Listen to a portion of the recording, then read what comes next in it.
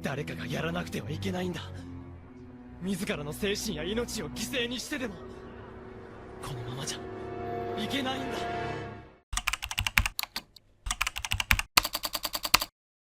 Ya, halo semuanya. Kembali lagi bersama gue Malvin. Oke teman-teman, sebelum masuk ke videonya, gue mau ngasih tahu kalian kalau Instagram gue, Facebook gue, dan beberapa sosial media utama gue, bahkan sampai sosial media bisnis gue, itu terkena takedown karena orang yang gue usut di episode Skena Wibu yang sebelumnya. Dan ya gue ngerasa kehilangan ada banyak sekali ya, karena ada memoris juga di situ, ada banyak bukti-bukti juga di situ. Dan kenapa gue bisa tahu pelakunya adalah mereka yang jadi pelanggan yang nge report gue itu?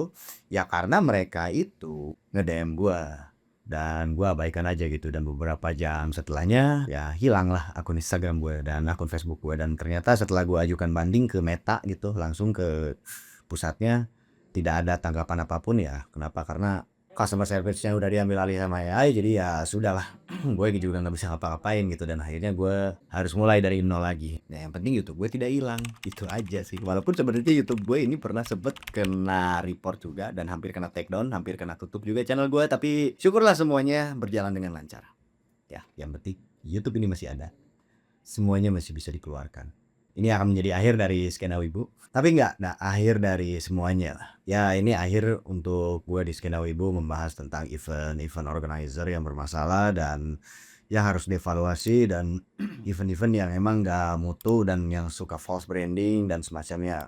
Atau mungkin belakang layar dari event-event Jepangan gitu yang suka problematik. Ya sudah, gue tidak mau ikut campur lagi. Bukan karena gue kapok, karena gue ngerasa kayak udah cukup sih beberapa hal yang emang udah gue bahas. Dan gue yakin para viewer juga udah pada bosen ya gitu, bahasnya event lagi. Gue rasa ya itu gue ngerasain aja gitu, karena gue juga ketika nge-take konten tentang event lagi ya ternyata bosen gue juga gitu. Ya artinya apa? Artinya gue harus ekspor lagi konten-konten yang mengarah ke yang istilahnya lebih baik lah. Karena pada dasarnya dari algoritma YouTube pun gue paham, gue dituntut untuk membuat video yang pada dasarnya ya harus bisa lebih variatif gitu. Karena nggak mungkin kan gue bikin konten yang kayak gini terus. Dan gue juga kayaknya dituntut untuk lebih bisa menambahkan inovasi-inovasi yang lain ya, biar kalian para penonton juga nggak bosen gitu. Karena kenapa ya? Karena gue ngerasa kayak di skena Jepangan ini, di skena wibu ini, otaku atau apapun itu sebutannya, menurut gue ya ada banyak hal, mau itu positif atau negatif, yang bisa kita explore dan bisa jadi kita pelajaran gitu. Gue di sini mau ngasih tahu dulu ya. Jadi bahwasanya kemarin kan gue udah dituntut, udah gue dikejar juga gitu sama beberapa IO ya. Ya salah satunya sebut saja event biru-biru dari Bandung ya. Tapi kenapa gue nggak mau ngangkat tentang event biru-biru itu yang dari Bandung, 3 huruf juga tapi bukan RAF? Karena gue rasa kalau gue ngangkat itu ya apa juga esensinya gitu. Gak ada pelajaran yang bisa gue petik dari situ. Gak ada juga kayak kalau misalnya gue ngangkat event itu terus apa gitu. Orang-orang juga terus apa. Kalau gue ngangkat event-event di Bandung yang gak mutu juga buat penonton, gak mutu juga buat gue gitu. Kalau untuk yang dikejar-kejar ya kalian tahu sendirilah. Bendera merah alias Impact Nation ya. Balik lagi ke yang Impact Nation barusan.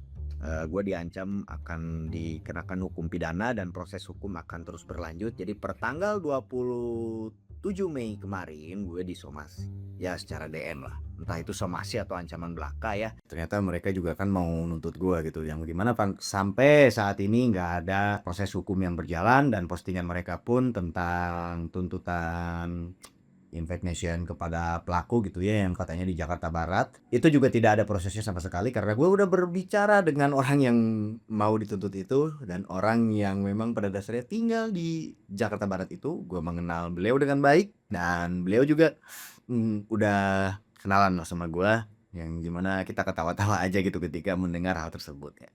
Ya tapi sudahlah, itu dia tentang bendera merah ya.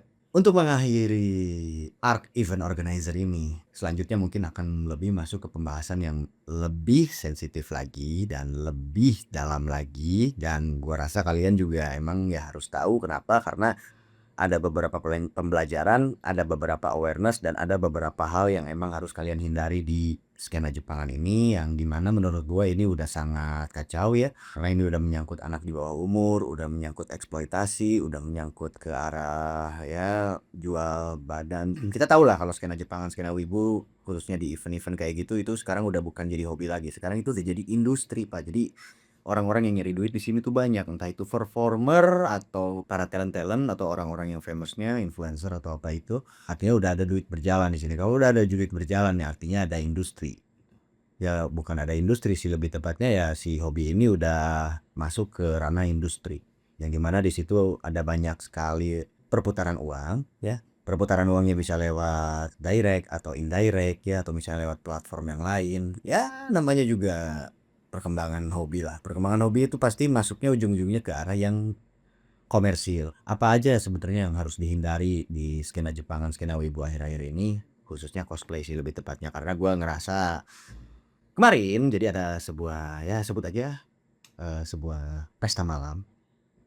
Ya sama lah kayak skena wibu gua yang pertama, membahas tentang dunia malam yang berkedok cosplay. Jadi sebenarnya itu juga ada lagi, lokasinya nggak akan gue sebut, yang jelas lokasinya di sebuah pusat kota metropolitan terbesar di Indonesia, yang dimana si pemandunya dan cewek-cewek yang disawernya adalah cewek-cewek cosplayer baru yang masih di bawah umur, dan mereka itu basically diundang bilang ya ada konsensual atau tidak ada konsensual atau apapun itu, sebenarnya itu kan tidak boleh. Anak di bawah umur itu tidak boleh diundang ke klub malam. Dan ada satu instansi yang menurut gue ini cukup besar. Orang-orang di skena Jepangan khususnya di satu kota metropolitan terbesar di Indonesia ini kayaknya tahu sih.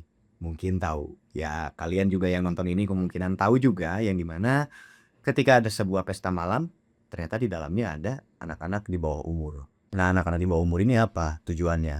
Ya mereka jadi cosplayer gitu. Ya cewek-cewek semua gitu.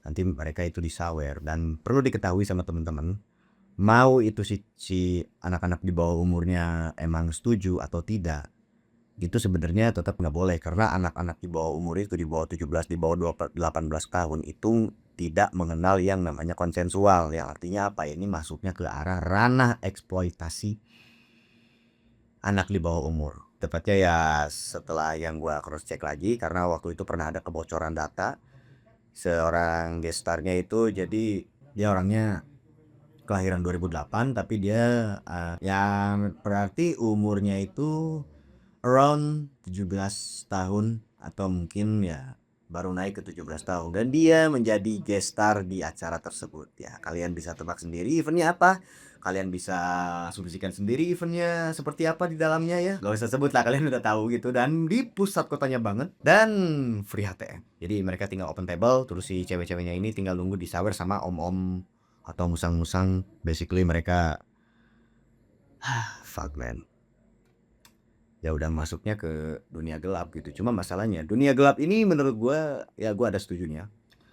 Wibu yang suka minum, wibu yang suka nge-clubbing, ya gue nggak jadi masalah kok. Yang penting umur lu cukup gitu. Nah di mana-mana sebenarnya namanya acara yang berbau alkohol, berbau apapun itu, harusnya itu 21 plus pak. Dunia-dunia dewasa gitu tuh harusnya 21 plus, bukan 18 plus ya. Jadi untuk siapapun event organizer yang memang mau ngadain party night club atau apapun itu, gua mau nyaranin ke kalian sebisa mungkin kalian kasih rate 21 plus, karena ya itu bukan masalah 18 plus lagi ya. Bukan untuk orang-orang yang baru puber atau gimana, orang yang udah cukup umur, enggak, itu udah masuknya ke mature ya, M-rated.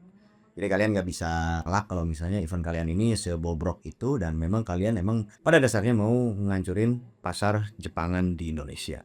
Ya gue tahu itu. Jadi kalau misalnya kalian orang-orang dari instansi yang gue maksud ini baca ini, atau orang-orang yang terlibat di acara yang kemarin itu, kalian nonton video ini, kalian silakan tersinggung, kalian bisa DM gue di Instagram gue yang masih baru. Oke, gue ngerasa kayak tadi udah gue spill ini itu tentang pesta malam yang berkedok cosplay yang ternyata cheap juga ya. Cheap itu artinya murah kan. Gue ngerasa kayak ada beberapa bulan ke depan gue akan terkena serangan lagi ya. Karena serangannya bukan serangan yang biasa, karena si orang ini tangannya panjang sekali.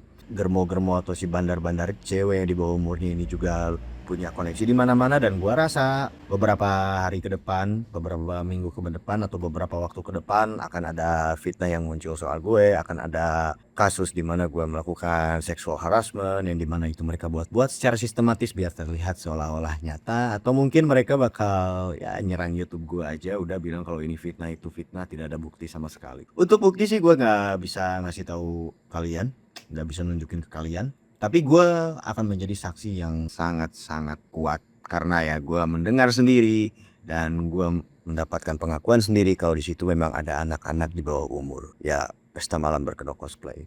Dan di situ juga yang jadi masalah adalah ketika si anak di bawah umur itu ingin speak up, ternyata dia dicokokin duit gitu. Uang tutup mulut. Ya, disogok. Ya anak kecil, ya gue sebutnya anak kecil ya, anak di bawah umur tuh. Disogok sama uang gitu. Ya balik lagi kan tidak ada konsensual untuk anak di bawah 18 tahun. Jadi nggak bisa dibilang si anak itu salah. Tapi ya si anak itu sebenarnya masih butuh bimbingan, dan yang ngebimbingnya ini ya ternyata ya nggak, entah lepas tangan, entah udah nggak ada atau gimana gitu. Dan ya orang yang nyogok ini, yang nyuruh tutup mulut ini adalah orang yang akan sangat menurut gua ya dia sangat bersalah atas segala hal yang terjadi. Ya, tinggal lihat aja skena Jepangan ke depannya. Kalau misalnya di satu event kalian dengar ada artis cebok baru, ada ini baru lah, atau misalnya ada gosip, wah ini ada video esek-esek baru gitu ya. Ya percaya nggak percaya, segala busuk-busuknya orang-orang yang menjual konten porno, cewek-cewek yang suka jual konten basa-basa kayak gitu, gue bisa pastikan 70% itu datangnya dari mereka. Ya, jadi si ceweknya disuruh buka platform untuk pembayarannya, disuruh jual video, dan yang nyawernya siapa? Ya mereka juga gitu. Biar apa? Biar si ceweknya ketagihan, bikin video seperti itu dan dia mendapatkan instant money dan influence-nya semakin meluas ya. Karena gue kasihan banget ya, di beberapa case itu ada cewek yang mau jadi cosplayer padahal dia beneran cosplay karena hobi, karena dia suka karakternya, dan stigmanya malah jadi, oh ini cewek mau cosplay berarti dia mau ke arah yang nggak bener gitu. Ya seperti itu intinya. Oke, mungkin itu aja di skena wibu kali ini. Ya ini memang penutupan untuk mengkritisi untuk event organizer, untuk mengevaluasi sebuah event organizer dan di belakang-belakangnya dan sisi gelap event lainnya. Tapi ini akan menjadi pembuka terbaru untuk skena wibu yang selanjutnya. Jadi gua rasa beberapa dari kalian ya, semoga kalau misalnya kalian enjoy video ini, kalian bisa subscribe. Kalian juga ya bisa ngedukung gue. Kalau misalnya gue kenapa-napa, kalian semua udah tahu lah ya. Video ini akan menjadi bukti, dan video ini mungkin bisa kalian simpan juga untuk berjaga-jaga bila suatu saat gue kenapa-napa, karena apa yang akan gue bahas setelah video ini. Oke, see you in the next video bersama gue Malvin. Dan semoga kalian masih berada di jalan yang positif-positif aja. Jalanin hobi dengan baik, jalanin hobi karena kalian suka, jalanin hobi jangan karena ada duitnya doang. Let's have fun, don't be rude.